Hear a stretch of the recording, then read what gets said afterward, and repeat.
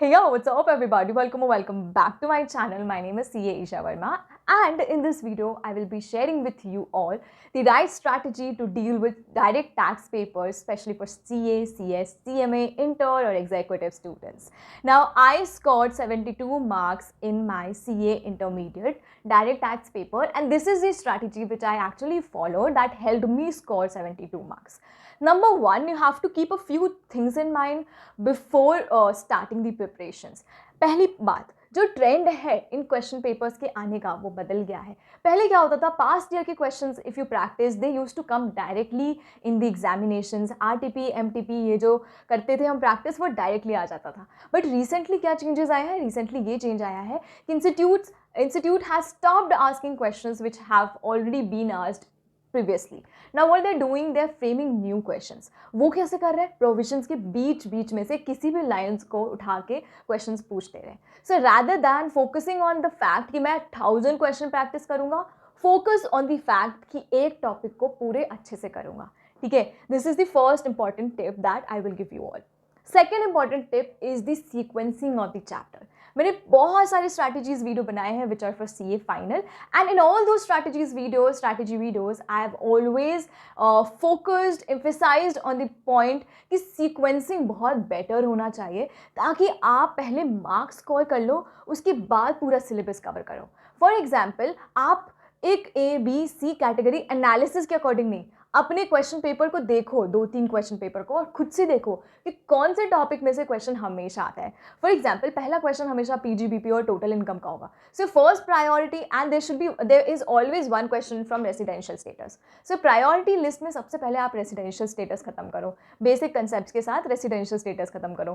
फिर आप PGBP को फोकस करो, हाउस प्रॉपर्टी का क्वेश्चन हमेशा आता है, इसको फोकस करो, अदर सोर्सेज आता है. तो इन 4 से 5 टॉपिक को सबसे पहले सीक्वेंस में रखो.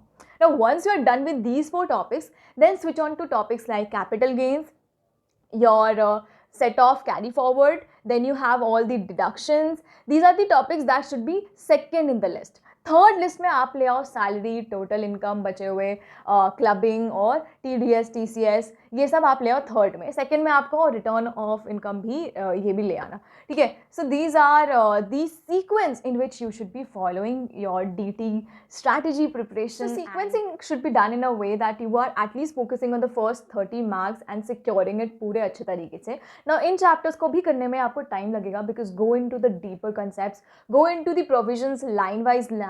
Do not miss out any of the provisions. ये मत सोचना कि ये छोड़ देते हैं, काम का नहीं है, पहले कभी नहीं आया, क्योंकि वही आने वाला है अगले अटेम्प्ट में. ऐसा ही हो गया है ICI का ट्रेंड और ICSI का ट्रेंड और इंस्टीट्यूशंस का ट्रेंड. सो आप अगर जो चीज़ छोड़ के जाते हो वही आता है एग्जाम में. सो मेक श्योर दैट जो भी टॉपिक आप उठा रहे हो उसको पूरा 360 कंप्लीट करो. ठीक है. And while I was scrolling on the internet to find out some free contents on YouTube that will help me boost the direct tax preparation, I found out one channel जो कि है Study at Home. ठीक है, जिसका link मैं description पे डाल दूंगी या आई बटन में या फिर यहाँ पे पिक्चर लगा दूंगी, देख लेना. ठीक है, तो आप वहाँ जाओगे, आपको मिलेंगे CA Rajkumar Agarwal sir, and he is an expert in DT syllabus, DT subject. Search on YouTube Study at Home channel, and then you will find the entire channel where you can study so many things sitting at home just for free. And you can just see here the entire full course of DT subject assessment year 24-25 is available free. मतलब ऐसा मान लो 20,000 का course आपको free में मिल रहा है. उसके अलावा भी there's so many playlist. देख लो प्लेलिस्ट कितनी सारी है यहाँ पे. DT की मिल जाएगी, स्टैट्स की मिल जाएगी, मतलब आप कुछ भी कर रहे हो, BCom कर रहे हो, साथ में आपकी सारी तैयारी यहाँ से हो सकती है. Now some more things that you need to keep in mind while preparing for DT is preparing a short 1-page note. ना 1-page नोट क्यों? क्योंकि आप लास्ट डे पे नहीं रिवाइज कर सकते बहुत कुछ, पूरा एक आप पूरी बुक उठा के रिवाइज नहीं कर सकते. तो मेक श्योर कि आपने जो भी टॉपिक्स पढ़ा है, फॉर एग्जांपल आपने रेसिडेंशियल स्टेटस पढ़ा, उसको 1 शीट के हाफ शीट में कवर कर दो.